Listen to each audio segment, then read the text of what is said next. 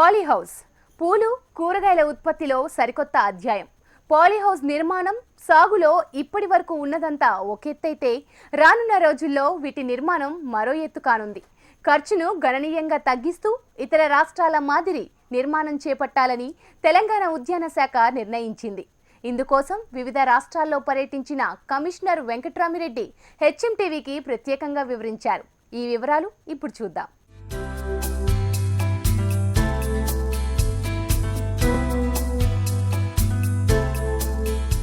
Polyhouse పరిమిత విస్తీర్ణం నుంచి అపరిమితమైన దిగుబడులు సాధించవచ్చు.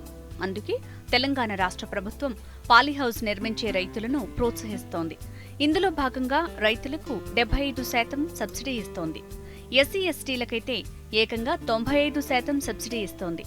ఎకరం విస్తీర్ణంలో పాలీహౌస్ నిర్మించాలంటే దాదాపు 401 లక్షల రూపాయలు ఖర్చవుతుండగా ఇందులో 32 లక్షల రూపాయల వరకు ప్రభుత్వమే సబ్సిడీ రూపంలో ఇస్తోంది. అయినా పాలీహౌస్ల నిర్మాణం వీటి నుంచి రావాల్సిన ఉత్పత్తి అనుకున్న స్థాయిలో రావటం లేదు.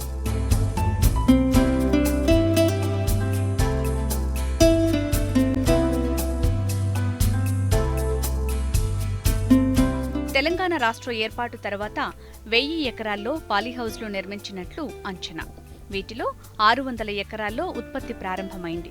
అయితే ఎకరా విస్తీర్ణంలో పాలీహౌస్ నిర్మించాలంటే 40 లక్షల రూపాయలు ఖర్చు చేయటం ఆశ్చర్యంగానే అనిపిస్తోంది. దీనిపై కసరత్తు చేస్తున్న ఉద్యాన శాఖ అధికారులు ఈ మధ్య మహారాష్ట్ర, హర్యానా, పంజాబ్, తమిళనాడు, కర్ణాటక రాష్ట్రాల్లో పర్యటించారు. అక్కడి రైతులు అనుసరిస్తున్న విధానాలను పరిశీలించారు. తెలంగాణలోనూ ఇలాంటి విధానాలనే అమలు చేయాలని యోచిస్తున్నారు. పాలీహౌస్లను భారీ ఖర్చుతో నిర్మించడం, మార్చ్, ఏప్రిల్ మాసాల్లో గాలులకు దెబ్బతినటం భారీ నష్టాన్ని మిగులుస్తోంది.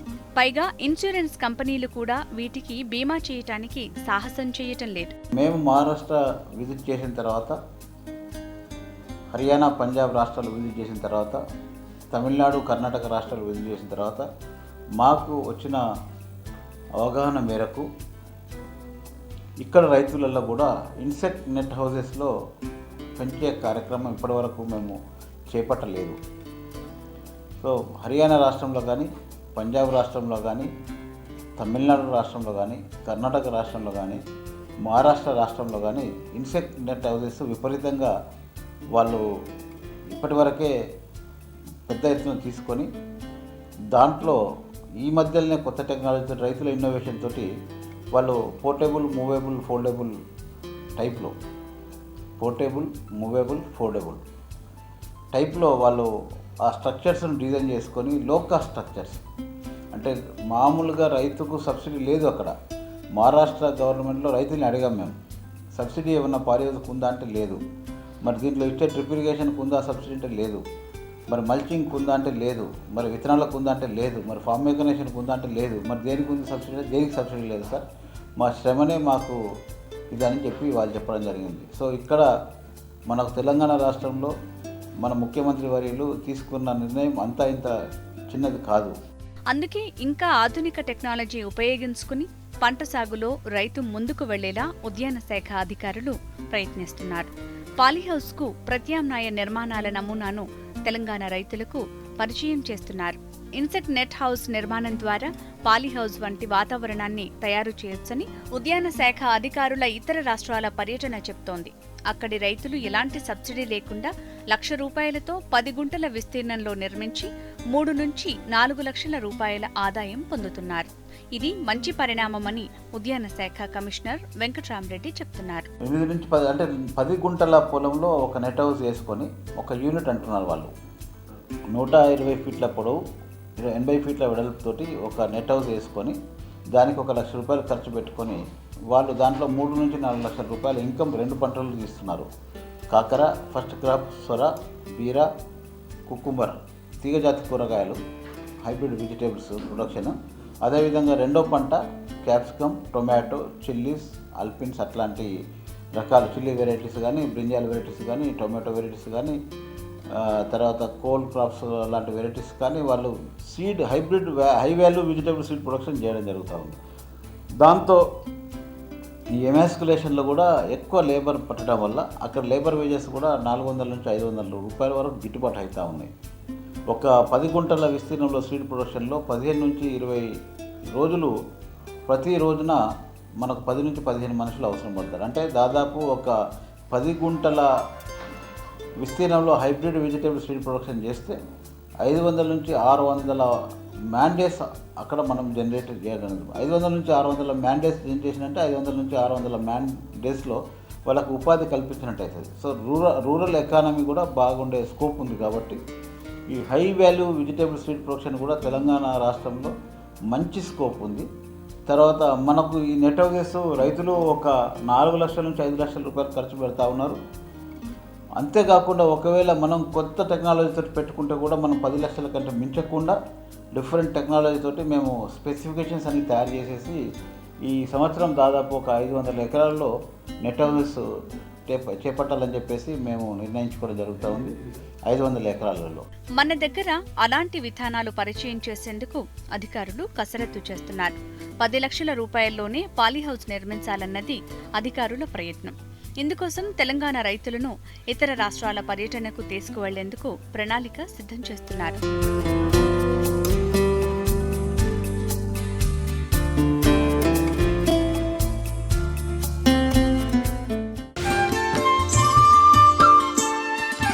స్థాయిలో రైతులకు మెలకువలు నేర్పించడం ద్వారా నాణ్యమైన ఉత్పత్తులు సాధించవచ్చు.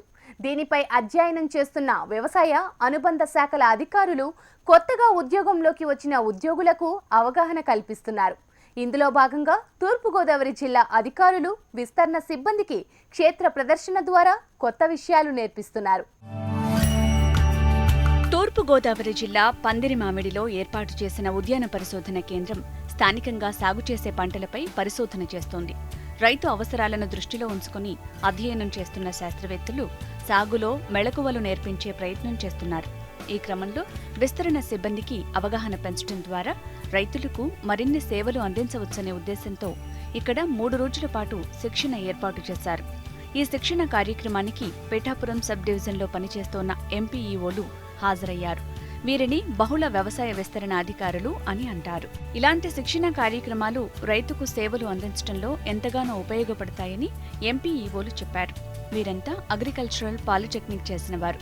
వీరికి క్షేత్రస్థాయిలో ప్రాక్టికల్గా అవగాహన పెంచడం ద్వారా రైతులకు మెరుగైన సేవలు అందించవచ్చని అధికారులు చెబుతున్నారు. పిఠాపురం సబ్ డివిజన్లో ఉన్న పరిశోధన కేంద్రాలకు తీసుకువెళ్లి అవగాహన పెంచుతున్నారు. వరుస క్షేత్ర ప్రదర్శనల ద్వారా వీరిని పూర్తి స్థాయి విస్తరణ అధికారులుగా మార్చాలని యోచిస్తున్నారు. శాస్త్రవేత్తలు మాకు వివరించింది కూడా తక్కువ విస్తీర్ణంలో అధిక దిగుబడులు, దాని ద్వారా అధిక నాణ్యమైన పంటను పొందడం. అలా మనం తక్కువ విస్తీర్ణాలు సాగు చేసుకునేటప్పుడు తక్కువ పెట్టుబడి పెట్టి అత్యధికంగా పంటను మనం దిగుబడి పెంచుకోవడం, ఎలా నాణ్యంగా అధిక నాణ్యంగా పెంచుకోవడం వల్ల రైతులకి లాభసాటిగా వ్యవసాయం చేయొచ్చని ఇక్కడికి వచ్చి మేము దీని ద్వారా తెలుసుకున్నాం. క్యాప్సికమ్, అలాగే క్రైసాంతమం అంటే చామంతి, అలాగే జర్బేరియం, అలాగే టమాటా ఇటువంటి ఎక్కువ దిగుబడినిచ్చి అదేవిధంగా ఎక్కువ మార్కెట్ వాల్యూ ఉన్నటువంటి పంటలను పండించడం జరుగుతుంది. ఇక్కడ దీన్ని చూసి మేము మా యొక్క బయట మా డివిజన్లో కానీ మా మండలంలో కానీ రైతులకు దీని యొక్క పాలీ హౌస్ గురించి వివరించి ఎక్స్పోజర్ విజిట్స్ కింద, విజ్ఞాన యాత్రల కింద సంబంధించి దగ్గరలో ఉన్నటువంటి వీరికి ఉపయోగకరంగా ఉన్నటువంటి ఈ రీసెర్చ్ స్టేషన్స్కి కానీ లేదా దగ్గర ఇన్నోవేటివ్ యాక్టివిటీస్ చేస్తున్నటువంటి రైతుల యొక్క పొలాలకు కానీ తీసుకురావడం, తద్వారా వాళ్ళకి శిక్షణ ఇప్పించడం ద్వారా వాళ్ళ యొక్క నైపుణ్యాన్ని పెంచుకొని వాళ్ళు నేర్చుకునే విషయాన్ని గ్రామస్థాయికి తీసుకెళ్ళి రైతులకు ఉపయుక్తంగా ఉండి వారి యొక్క పరిస్థితులను బట్టి, అక్కడ ఉన్నటువంటి వాతావరణ పరిస్థితులను బట్టి, అక్కడ ఉన్నటువంటి భూ పరిస్థితులను బట్టి అక్కడ అభ్యుదయ రైతులను ఎంపిక చేసుకొని వీళ్ళు నేర్చుకునేటువంటి ఈ ఇంప్రూవ్డ్ టెక్నాలజీస్ ఏవైతే ఉన్నాయో వాటికి అందుబాటులోకి తీసుకొచ్చి ఇంకొంచెం మెలకువలు నేర్పడం ద్వారా రైతుకు ఉపయోగకరంగా ఉండాలనే ఉద్దేశంతో ఈ శిక్షణా కార్యక్రమాన్ని ప్రధానంగా చేస్తున్నాం. ఇక్కడ జరుగుతున్న పరిశోధనలపై అవగాహన కల్పించారు శాస్త్రవేత్తలు. పాలీహౌస్, షేడ్ నెట్తో ఉన్న ప్రయోజనాలను వీరికి వివరించారు. ఏజెన్సీ ప్రాంతంలో ఎలాంటి పంటలు వేయొచ్చనే అంశాలపై అవగాహన కల్పించారు. వారందరికీ కూడా మా ఈ ఉద్యాన పరిశోధన స్థానంలో ఇంతవరకు జరిగినటువంటి ప్రయోగాలు, పరిశోధన ఫలితాలు వాటిని పూర్తిగా వివరించడం జరిగింది. అదేవిధంగా ముఖ్యంగా ఇక్కడ తాటి ఉత్పత్తుల మీద పరిశోధన ముఖ్యంగా జరుగుతూ ఉంది.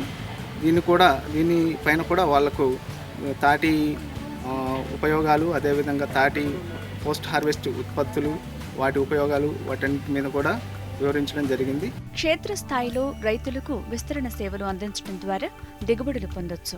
ఈ క్రమంలో ఇలాంటి ట్రైనింగ్ వ్యవసాయ రంగానికి ఎంతగానో ఉపయోగపడతాయి.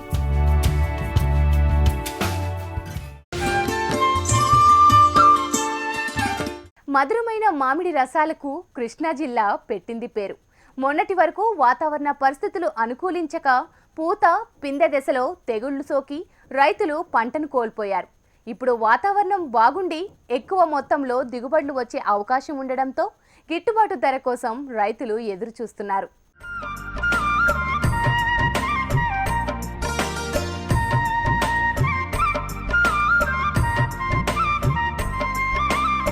కృష్ణా జిల్లాలో 1,60,000 ఎకరాల్లో మామిడి సాగులో ఉంటే నూజివీడు సబ్ డివిజన్లోని నూజివీడు, మైలవరం, రెడ్డిగూడెం, తిరువూరు, ఆగిరిపల్లి, చాట్రాయితో పాటు కొన్ని మండలాల్లో 1,25,000 హెక్టార్లలో మామిడి సాగవుతోంది. శీతాకాలం కావటం, అత్యల్ప ఉష్ణోగ్రతలు నమోదవుతుండటంతో తేనెమంచు పురుగు, మంగు అత్యధికంగా మామిడి పంటను పట్టి పీడిస్తోంది. అయితే గత కొంతకాలంగా మంచు ప్రభావం తగ్గడంతో రైతు కాస్త ఊపిరి పీల్చుకున్నాడు.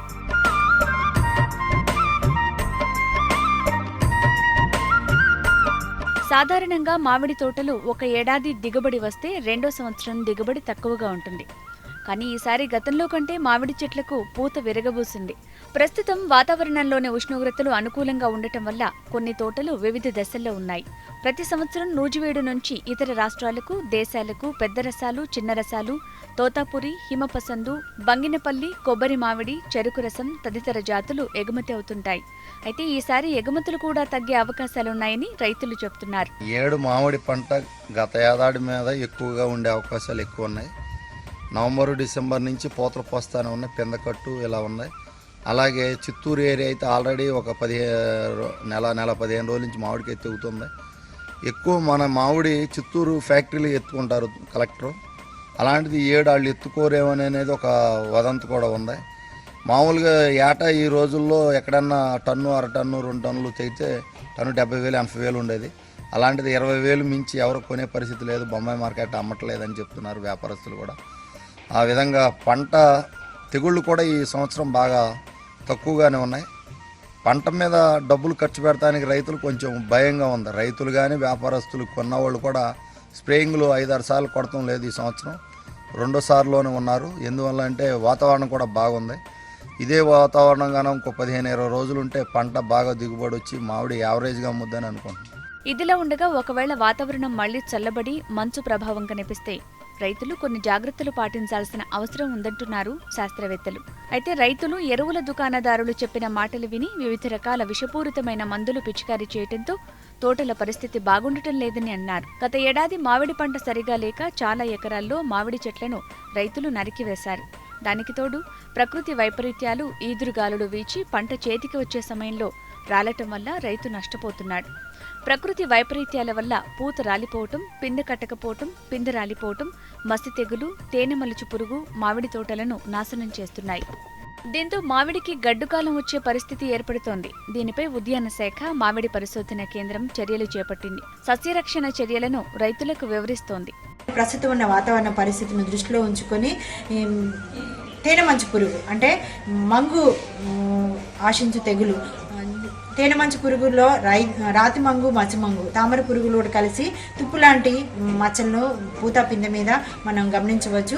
దీని నివారణకు గాను హెచ్టమిప్రిడ్ అంటే కాన్ఫిడార్ లేదా ప్రైడ్ 0.3 గ్రాములు 1 లీటర్ నీటిలో కలిపి ఏదైనా శీలింద్ర నాశనం అంటే మ్యాంకోజిప్ కానీ కార్బనిజం కానీ 2 నుంచి 2.5 గ్రాములు 1 లీటర్ నీటిలో కలిపి, వేప నూనెను కూడా 2 మిల్లీలీటర్లు కలిపి పిచికారీ చేసుకున్నట్లయితే ఈ పురుగును సమర్థవంతంగా నివారించవచ్చు. అంతేకాకుండా వాతావరణం అనుకూలంగా ఉంది కాబట్టి ఈ శీలింద్ర నాశనం అంటే పురుగుతో పాటు తెగుళ్ళు కూడా అధికంగా వస్తాయి కాబట్టి ఎంట్రకాలు 2.5 గ్రాములు 1 లీటర్ నీటికి కలిపి, వేప నూనె అలానే నువ్వాను కానీ నువ్వాను 1 మిల్లీలీటర్లు లేదా ఆర్తిని 1.5 గ్రాములు 1 లీటర్ నీటిలో కలిపి పూకొమ్మలు లేదా గోలికాయ బఠానీ గింజ సైజులో ఉన్న పూకొమ్మలన్నీ తడిచే విధంగా మనం పిచికారీ చేసుకున్నట్టయితే ఈ తెగుళ్ళను పురుగులను సమర్థవంతంగా నివారించవచ్చు. అంతేకాకుండా ఇంకా ఉధృతి ఎక్కువగా ఉన్నప్పుడు 3వ దఫా కూడా రీజెంట్ 2 మిల్లీలీటర్లు 1 లీటర్ నీటికి నువ్వాని కానీ ఆర్తిని కానీ మరలా పిచికారీ చేసుకున్నట్లయితే నాణ్యమైన పిందె కాయ కట్టడానికి దోహదపడుతుంది. ప్రస్తుతం వాతావరణం బాగుంది. ఇదే వాతావరణం 15-20 రోజులు కొనసాగితే పంట దిగుబడి వచ్చి మామిడి కొంతవరకు గిట్టుబాటు అవుతుందని రైతులు వాపోతున్నారు.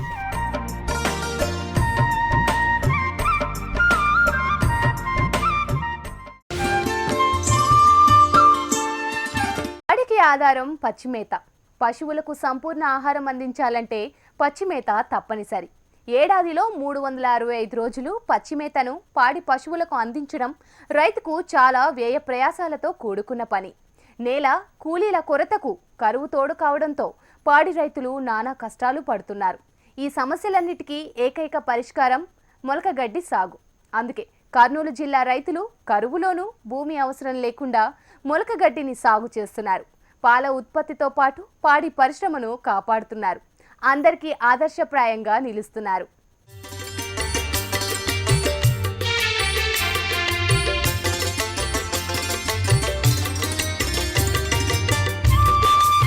చిన్న సన్నకారు రైతుల్లో చాలా మందికి పంటల ద్వారా కన్నా పాడి ద్వారానే అధిక నికర ఆదాయం వస్తున్న మాట వాస్తవం. కానీ వర్షాభావ పరిస్థితులు, వాతావరణంలో ఏర్పడుతున్న మార్పుల కారణంగా పశుపోషణ రైతుకు భారంగా మారుతోంది. మూగజీవాలకు మేత కొరతతో పాటు నీటి కొరత తీవ్రంగా వేధిస్తోంది. పశు సంపదకు కావాల్సిన పచ్చి మేత కొరత అధికమైంది. కేవలం ఎండుగడ్డి మీద ఆధారపడినప్పుడు పాడి ఎప్పుడూ లాభసాటి కాదు. పచ్చి మేతతో పశువులు ఆరోగ్యంగా పెరుగుతాయి, పాల ఉత్పత్తి పెరుగుతుంది. అందుకే కర్నూలు జిల్లా రైతులు పాడి పరిశ్రమలో ఓ కొత్త ఒరవడితో ముందుకు వెళ్తున్నారు. భూమితో అవసరం లేకుండా తక్కువ నీటితో మొలకగడ్డిని పెంచుతున్నారు.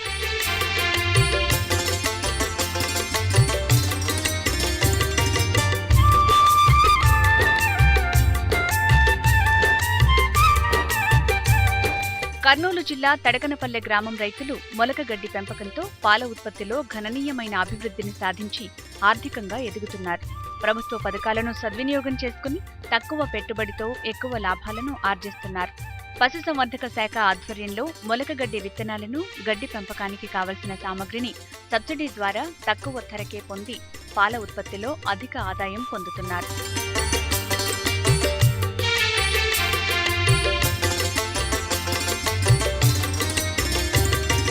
సాధారణంగా పశువుల దానా కోసం ప్రతిసారి ఇక్కడి రైతులు కర్నూలు నగరానికి వెళ్లాల్సి వచ్చేది. అక్కడ కిలో దానా 18 రూపాయల వరకు ఉండేది. ప్రతిసారి అంత దూరం దానా కోసం వెళ్లి రావటం వ్యయ ప్రయాసాలతో కూడుకున్నది కావటంతో మొలకగడ్డి పెంపకానికి మొగ్గు చూపారు ఇక్కడి రైతులు. ఇప్పుడు భూమితో అవసరం లేకుండా తక్కువ స్థలంలో అతి తక్కువ నీటితో ఎప్పటికప్పుడు పశువులకు మంచి బలవర్ధక ఆహారం అందిస్తున్నారు రైతులు. ఏడాది పొడవునా పచ్చిగడ్డి అందుబాటులో ఉండటం తమకు ఎంతో మేలు చేస్తుందని అంటున్నారు రైతులు. మా గ్రామంలో ఒకటి ఎనిమల్ హాస్టల్ పెట్టడం జరిగింది. ఈ ఎనిమల్ హాస్టల్లో మొన్న ఇవి మొలకగడ్డి మిషన్లు తెచ్చి ఇవ్వడం జరిగింది. దాంట్లో ఒక్కొక్క దాంట్లో 24 ట్రైలు ఉంటాయి. అది 33,000 పడుతుంది. మాకు సబ్సిడీకి అయితే 8,300కి ఇవ్వడం జరుగుతుంది. ప్రతి రైతు ఇది పెట్టుకోవడం వల్ల దాన ఖర్చు తగ్గుతుంది. ఈ మొలకలు అంటే మొక్కజొన్నలు నానబెట్టుకోవాలి. 24 గంటలు నానిన తర్వాత సంచిలో వేసి పెట్టుకోవాలి. ఆ సంచిలో వేసి మూట కట్టేస్తే మొలక మనం వరి మొలక ఎలాగైతే కడతామో అట్లా మొలక వచ్చిన తర్వాత ఈ ట్రైలు వేసేసుకొని పెట్టేసుకోవాలి సార్. అది 24 ట్రైలు ఉంటాయి. దాంట్లో ఒక్కొక్క దాంట్లో 2 కేజీలు పడుతుంది. ఇది ఒక వారం 15 రోజులకు బాగా వస్తుంది. ఈ వచ్చిన తర్వాత ఒక్కొక్క పశువుకు 2 కేజీల ఒక ట్రైలో ఉండేది 10 కేజీల మేత వస్తుంది. ఇట్లా 24 ట్రైల్లో ఉండేది 2 క్వింటాల 40 కేజీలు మాకు పచ్చి మేత దొరికినట్లు అవుతుంది. ఇది వేయడం వల్ల దాన పెట్టాల్సిన అవసరం లేదు వాళ్ళకు. అంటే ఇప్పుడు ఫస్ట్ పెట్టుకోవడం జరిగింది మేము. ఇక్కడ ఎనిమల్ హాస్టల్ పెట్టడం వల్ల ఇవన్నీ ఏవైతే ప్రభుత్వ పథకాలు, సబ్సిడీ పథకాలు ఉన్నాయో ఇవన్నీ మాకు ఇవ్వడం జరుగుతూ ఉంది. మా దగ్గర పాడి పశువులకు ఇవి అంటే పెడితే 80% కానీ పెట్టడం, అజ్జొల్ల వేసుకోవడం, ఈ దానామృతము, స్టైలేజీ ఇవన్నీ మాకు సబ్సిడీకి ఏవైతే వస్తాయో అవన్నీ మా ఎనిమల్ హాస్టల్కి ఇవ్వడం జరుగుతుంది. మా గ్రామంలో ఈ పొదుపు మహిళలకు ఏవైతే ఉన్నాయో బర్రెలు ఇక్కడ తెచ్చి పెట్టుకోవడం వల్ల ఇవన్నీ చేసుకోవడానికి మాకు మంచి అవకాశం ఉంటుంది. చిన్న ట్రేలలో అరలుగా మొక్కజొన్న విత్తనాలను పేర్చి నీటిని అందిస్తున్నారు. పశువులకు కావాల్సిన పచ్చిగడ్డి 8 నుంచి 10 రోజులలో తయారవుతోంది. 33,000 రూపాయల విలువ చేసే ఒక మొలకగడ్డి యూనిట్ను అధికారులు రైతులకు సబ్సిడీ ద్వారా 8,325కే అందిస్తున్నారు. దీంతో రైతులు రెట్టింపు ఉత్సాహంతో ముందుకు వస్తున్నారు. బలవర్ధకమైన ఆహారాన్ని పశువులకు అందిస్తుండటంతో గతంలో కన్నా పాల ఉత్పత్తి ఎక్కువగా జరుగుతోంది. అంతేకాకుండా పాలల్లో వెన్న శాతం పెరగటంతో అధిక ధరని పొందుతున్నారు. అధిక మొత్తంలో పండిన మొలకగడ్డిని ఇక్కడి వారు వినియోగించుకోవటమే కాకుండా మిగతా రైతులకు అమ్మటం ద్వారా అదనపు ఆదాయాన్ని పొందుతున్నారు. ఇప్పుడు ఎందుకంటే వడ్డీ మేత వేస్తున్నాం మేము. ఇప్పుడు పొలంలో పచ్చి మేత వేస్తే దానా అంత బలం. ఇది 1 కేజీ దానా కొనాలంటే 18 రూపాయలు కిలో ఉంది. ఇది దీని నుంచి చాలా ఉపయోగం వస్తుంది. ఇది బలం కూడా ఉంది, పాలు కూడా బాగా ఉత్పత్తి అవుతుందని ఇచ్చేసారు. ఇది డాక్టర్ షాపు వాళ్ళు మా అంతా ఇల్లు పెట్టారు. దాని నుంచి మేము తీసుకొని పోతున్నాం. ఇది మా పశువులకు ఈ రోజు పెడుతున్నాం. దాదాపు 150 మెట్రిక్ టన్నుల మొక్కజొన్న విత్తనాలను రైతులకు అందించే ఏర్పాటు చేశామని కర్నూలు జిల్లా పశుసంవర్ధక శాఖ సంయుక్త సంచాలకులు సుదర్శన్ కుమార్ అన్నారు. తడకనపల్లె గ్రామంతో పాటు జిల్లాలో ఉన్న రైతులందరూ ఈ అవకాశాన్ని సద్వినియోగం చేసుకోవాలని తెలిపారు. మొలకగడ్డి పెంపకం ఆల్రెడీ జిల్లాలో ఉంది, చాలా చోట్ల చేస్తున్నారు. చేస్తున్నందువల్ల దీంట్లో రైతు వాటా కేవలం 8,325 రూపాయలు ఇస్తే సరిపోతుంది. మిగతా అంతా 24,975 రూపాయలు ప్రభుత్వ సబ్సిడీ పోతుంది. కాబట్టి కేవలం 8,325 రూపాయలు ఒక యూనిట్కు చెల్లించాల్సి ఉంటుంది. కాబట్టి దీన్ని ఉద్దేశంగా పెట్టుకొని ఈసారి ఏం చేశామంటే మనం తెప్పించిన విత్తనాల్లో కూడా మొక్కజొన్న విత్తనం తెప్పించాము. మొక్కజొన్న ఎందుకంటే ఈ మొలకగడ్డిలో ఎక్కువ మొక్కజొన్న వాడతాం. కాబట్టి మొక్కజొన్న విత్తనాలు కూడా ఈసారి దగ్గర 150 మెట్రిక్ టన్నుల పైన తెప్పిస్తున్నాము. కాబట్టి ఎక్కడెక్కడ యూనిట్లు ఉన్నాయో వాళ్లకు ఈ మొక్కజొన్న విత్తనాలు ఇవ్వడము, హైడ్రోఫోనిక్ పౌడర్ ఎక్కువ డెవలప్ చేయడం. దీనివల్ల ఏమవుతుందంటే వాటర్ అవసరం లేదు, ల్యాండ్ అవసరం లేదు. ఇంట్లో పెరట్లో కూడా పెట్టుకోవచ్చు. 2-3 పశువులు ఈజీగా మెప్పుకోవచ్చు ఒక్కొక్క యూనిట్లో. కాబట్టి ఇవన్నీ రైతుకు మేము అవేర్నెస్ క్యాంప్స్ అన్ని పెట్టాం, ట్రైనింగ్స్ పెట్టాం, ఆల్రెడీ ప్రాపగండా చేస్తాం. చాలా చోట్ల జరుగుతుంది.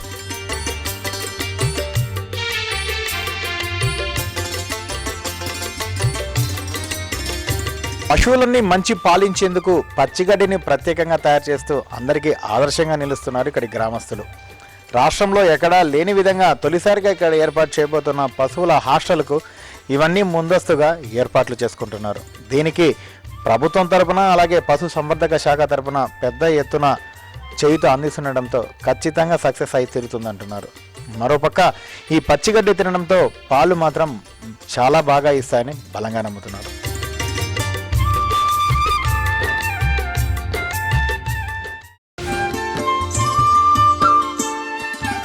ఇవి ఇవాల్టి స్టార్లింగ్ పంప్ సమర్పించు నేలతల్లి కార్యక్రమం విశేషాలు.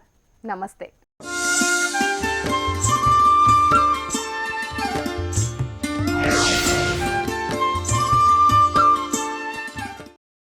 This program is sponsored by sterling submersible pump set. Sterling pump ఉందిగా అన్నదాతకు అండగా. Co-powered by డ్యూపాంట్ ఫటేరా, కణం కణంలో క్రాంతి.